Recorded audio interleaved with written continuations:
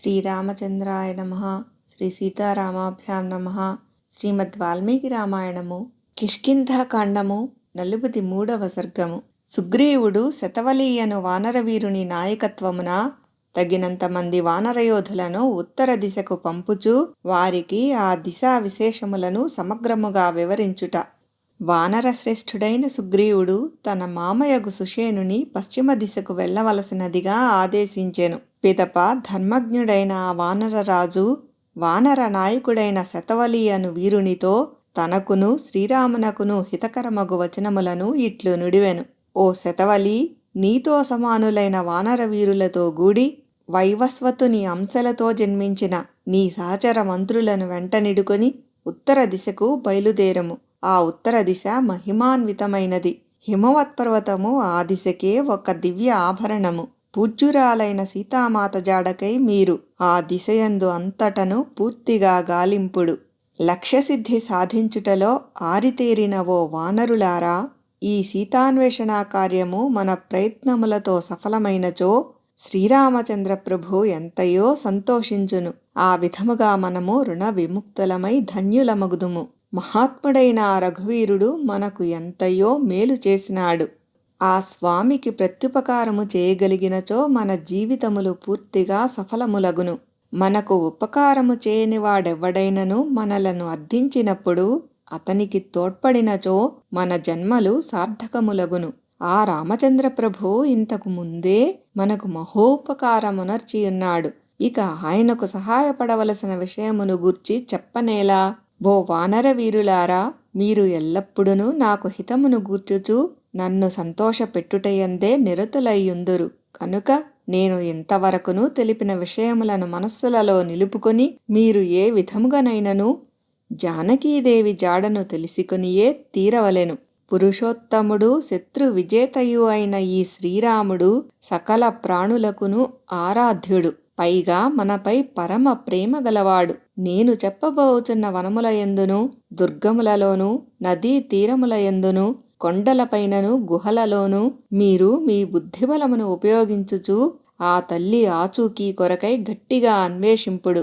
మ్లేచ్ఛ దేశములను పులిందుల భూములను సోరసేనుల రాజ్యములను బాగుగా అన్వేషింపుడు. అట్లే ఇంద్రప్రస్థమును దాని పరిసర ప్రదేశములను దక్షిణ కురుభూములైన కురుక్షేత్రాది ప్రాంతములను మద్రక దేశములను కాంభోజ రాజ్యములను యవనుల భూములను శకుల దేశములను ఆరట్టక దేశభాగములను బాహ్లిక రాజ్యములను ఋషిక ప్రదేశములను పురరాజుల భూములను టంకణ దేశ ప్రాంతములను చీనా పరమచీన భూములను ఎల్లప్పుడూ మంచుతో నిండియుండు ప్రదేశములను దరద దేశములను హిమవత్పర్వత ప్రాంతములను దట్టముగా ఉండెడి లొద్దుగ చెట్ల మధ్యను పద్మక వృక్షములలోను దేవదారు వనములయందును రావణుని నివాసమును సీతాదేవి జాడను పసిగట్టుటకై పదే పదే నిశితముగా గాలింపుడు. దేవతలు గంధర్వులు సంచరించునట్టి సోమాశ్రమ ప్రాంతములను వెదకుడు. పిమ్మట పెద్ద సానువులు గల కాళ్లపర్వతమునకు వెళ్ళుడు. ఆ గిరియందుగల పెద్ద పెద్ద గుహలలోను సెలయేటి తీరములయందును రామపత్నియగు సీతాదేవి కొరకై ప్రతి అంగుళము అన్వేషింపుడు. ఆ కాళగిరిని దాటిన పిమ్మట హేమగర్భము అను పేరుగల మహాపర్వతము వచ్చును. ఆ పిమ్మట సుదర్శనము అను పెద్ద కొండ ఎదురగును. ఈ రెండింటినీ గాలించి ముందునకు సాగినచో దేవసఖ శైలమును చేరుదురు. ఆ గిరి పక్షులకు ఆశ్రయము. అది వివిధములగు పక్షుల గుంపులతో నిండియుండును. అనేక విధములగు చక్కని వృక్షములతో కళకళలాడుచుండును. ఆ పర్వతముపై గల వనములలోను సెలయేళ్ల తీరములయందును గుహలలోను రావణుని నివాసమునకై సీతాదేవి జాడకై అందంతటను గట్టిగా అన్వేషింపుడు. ఆ దేవసఖ పర్వతము దాటిన పిమ్మట ఎటు చూచినను 100 యోజనముల మేరకు శూన్య ప్రదేశమే కన్పట్టును. అందు కొండలు గాని నదులు గాని వృక్షములు గాని ఉండవు. అందువలన ఎట్టి ప్రాణులను అచట నివసింపవు. ఆ శూన్య ప్రదేశమును అధిగమించిన పిమ్మట ఒక దుర్గమారణ్యము ఎదురగును. దానిని చూచిన వెంటనే మీ ఒడలు పులకరించును. అచట మీకు కైలాస శిఖరము కన్పట్టును. తెల్లని కాంతులతో విలసిల్లుచుండెడి ఆ కైలాసమును చూచినంతనే మీకు పరమ సంతోషము కలుగును. అచట కుబేరుని దివ్య భవనము గలదు. దానిని విశ్వకర్మ నిర్మించెను. అది తెల్లని మేఘముల వలె విరాజిల్లుచు బంగారు అలంకారములతో అలరారుచుండును. అక్కడ విశాలమైన సరస్సు గలదు. అందలి కమలముల కలువల శోభలు అపూర్వములు. అందు హంసలు కన్నెలేడి పిట్టలు విహరించుచుండును. అప్సరసలు అచట క్రీడించుచుందురు.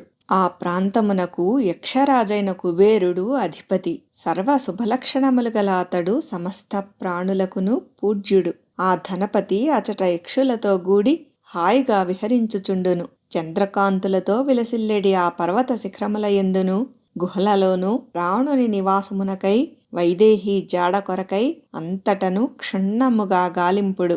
ఆ పిమ్మట మీరు క్రౌంచగిరికి వెళ్ళుడు. అందు బిలమువలే కన్పట్టెడి దుర్గమమైన ఒక గుహ కలదు. కుమారస్వామి తన శక్తిని అనగా శక్తి అను ఆయుధమును ప్రయోగించినందున అది అట్లు ఏర్పడినట్లు ప్రతీతి. అందు కాలు మోపుటయు అసాధ్యమని ప్రసిద్ధి. కనుక అందు జాగరూకులై ప్రవేశింపుడు. అచట సూర్యుని వలె తేజోమూర్తులైన మహాత్ములగు మహర్షులు నివసించుచుందురు. ఆ దివ్య స్వరూపులను దేవతలు కూడా సాదరముగా అర్చించుచుందురు. ఆ క్రౌంచ పర్వతము యొక్క ఇతర గుహలను, సానువులను, శిఖరములను, సెలయేళ్లను, గిరి మధ్యభాగములను పూర్తిగా నిశితముగా గాలింపవలెను. క్రౌంచ శిఖరమును వెదకిన పిమ్మట ఔవృక్షము అను పేరుగల కామశైలమును, పక్షులకు నెలవైన మానస పర్వతమును కూడా వెదుకుడు. అచ్చట ఎట్టి ప్రాణులను నివసింపవు.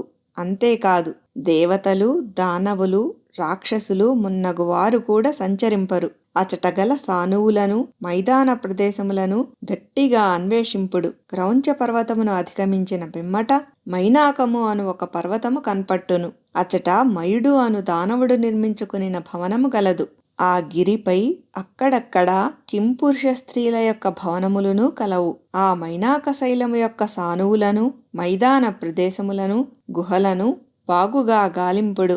మైనాక పర్వతమును వెదకి ముందునకు సాగిన పిదప ఒక పవిత్రమైన ఆశ్రమము వచ్చును. దానిని సిద్ధులు సేవించుచుందురు. అక్కడ సిద్ధులు, వైఖానసులు, వాలఖిల్యులు మొదలగు మహాత్ములు తమ తపశ్చర్యలను కొనసాగించుచుందురు. వారు అందరును తపస్సిద్ధి నొంది పునీతులైరి ఆ మహానుభావులకు వినయపూర్వకముగా నమస్కరించి సీతామాత యొక్క జాడను గూర్చి అర్థింపగలరు. ఆ ఆశ్రమమునందు వైఖానసము అను సరస్సు గలదు. అందలి జలములు బంగారు వన్నెగల కమలములతో నిండియుండును. అందు మధ్యాహ్న సూర్యుని కాంతులతో విలసిల్లెడి అందమైన హంసలు విహరించుచుండును. యక్షులకు ప్రభు అయిన కుబేరుని యొక్క గజవాహనమునకు సార్వభౌమము అని పేరు. అది ఆడు ఏనుగులతో గూడి సర్వదా ఆ ప్రదేశమున సంచరించుచుండును.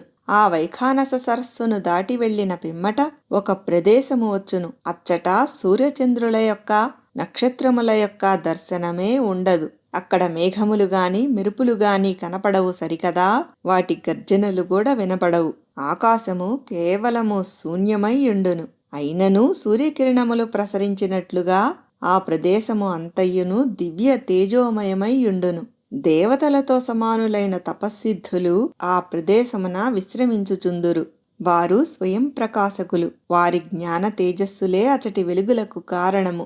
ఆ ప్రదేశమును దాటిన పిదప శైలోదము అను పేరుగల నది వచ్చును. ఆ నది యొక్క 2 తీరముల యందును కీచకములు అను వెదుళ్ళు గలవు. ఆ వెదుళ్ళు వంగి పరస్పరము పెనవైచుకొని వంతెన వలె ఒప్పుచుండును. అచటి సిద్ధులు ఆ వెదుళ్ల వంతెన మీదుగా ఉభయ తీరములకును తమ రాకపోకలను సాగించుచుందురు. ఆ శైలోదన నదీ తీరముననే ఉత్తర కురు భూములు గలవు. అవి పుణ్యాత్ములకు నిలయములు. ఆ ఉత్తర కురు దేశమున పెక్కు నదులు గలవు. అవి జలసమృద్ధి గల జీవనదులు. వాటిలో బంగారు పద్మములు, తామర తీగెలు, నీల వైఢూర్యముల వంటి ఆకులు అలరారుచుండును. తరుణ సూర్యుని కాంతులతో ఒప్పుచూ బంగారు వన్నె కలిగియున్న ఎర్రతామరలతో అచ్చటి జలాశయములు ఎల్లప్పుడును కళకళలాడుచుండును. అచ్చటి జలాశయములు నల్ల కలువలతో నిండియుండును. ఆ కలువల ఆకులు అమూల్యములైన నీలమణులవలెను, వాటి కేసరములు బంగారు కాంతులతోనూ ఒప్పుచుండుటచే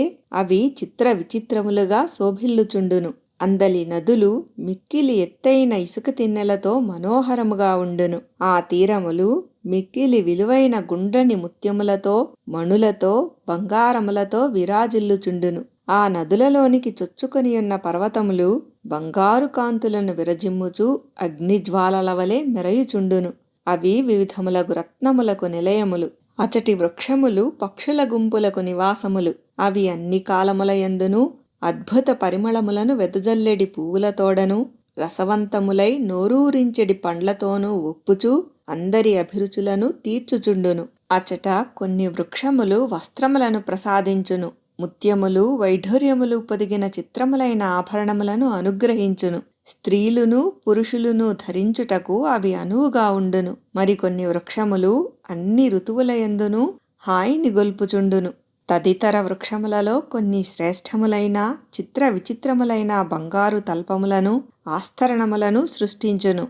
మరికొన్ని మనస్సుకింపైన మాల్యములను, కమ్మని పానీయములను, వివిధములగు భక్ష్యములను సమకూర్చును. అచటి స్త్రీలు సద్గుణములు గలవారు, చక్కని రూపములు, యవ్వనము కలవారు. అచట దివ్య తేజస్సంపన్నులైన గంధర్వులు, కిన్నరులు, సిద్ధులు, నాగులు, విద్యాధరులు స్త్రీలతో గూడి ఆనందించుచుందురు. స్త్రీలతో చేరియున్నవారు అందరును సత్కార్యములను అనర్చినవారు, సుఖలాలసులు, భోగాసక్తులు.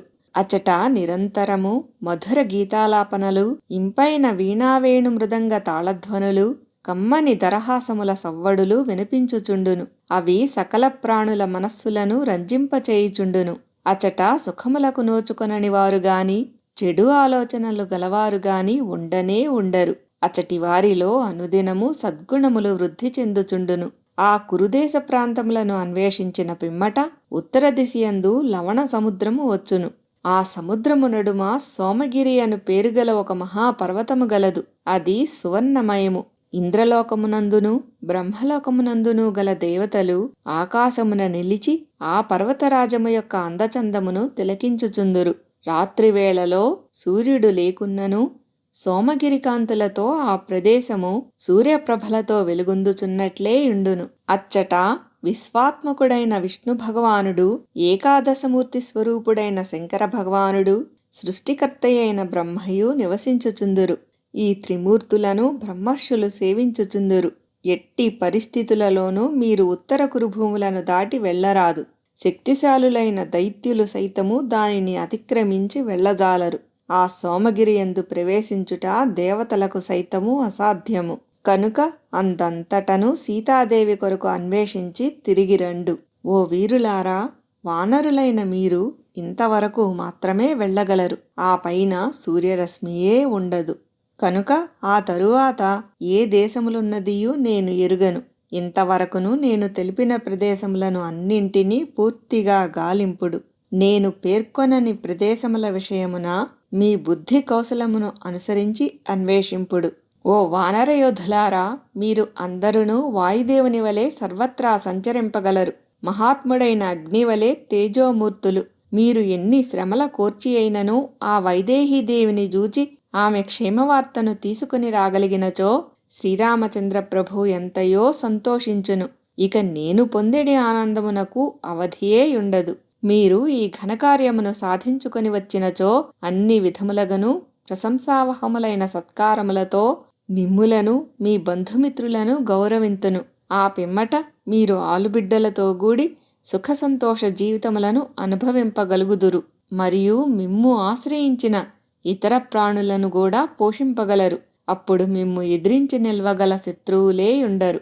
వాల్మీకి మహర్షి విరచితమై ఆదికావ్యమైన శ్రీమద్ రామాయణమునందలి కిష్కింధాకాండమునందు ఇది 43వ సర్గము.